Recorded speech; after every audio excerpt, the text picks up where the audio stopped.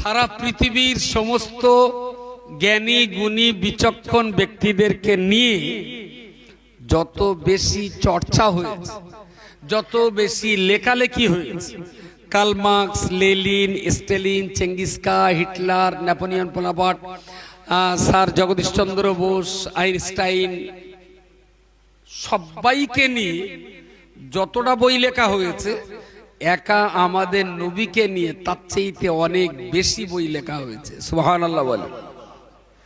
রাসূল হলেন পৃথিবীতে সবচেয়ে বেশি চর্চিত ব্যক্তি।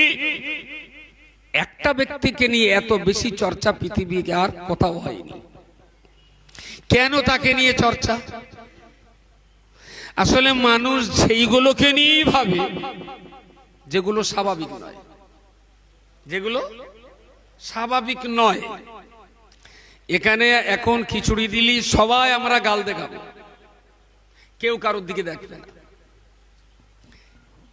এখন যদি ঘোষণা করে দেওয়া হয় যে ঝুরুলি একটা লোক আছে, সে গাল দেখায় না, নাক দেখায়,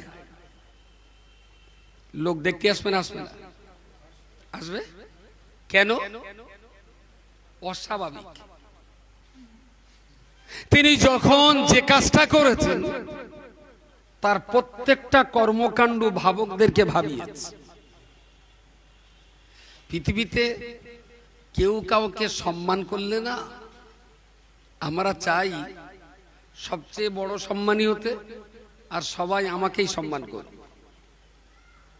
আমার চোখের সামনে যদি অন্যকে বেশি সম্মান করে, অনেক সময় ভেতরে সে লোকের বলি আর না বলি, ভেতরে যেন একটা ধাক্কা খায়।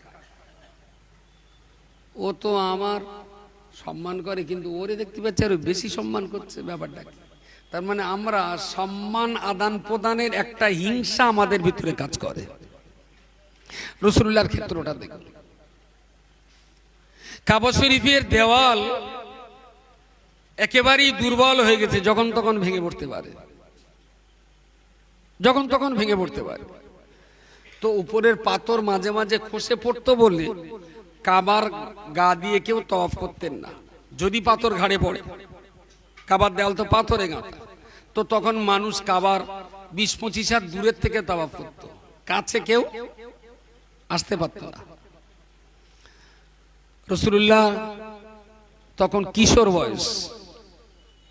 ওতবা, আবু তালেব, হামজা, এই সমস্ত মক্কার মোড়ল মাতব্বররা বসে ঠিক করলেন যে কাবা শরীফ ভেঙে আবার নতুন করে করতে হবে, কারণ ওর কাছে যাওয়া যাচ্ছে না।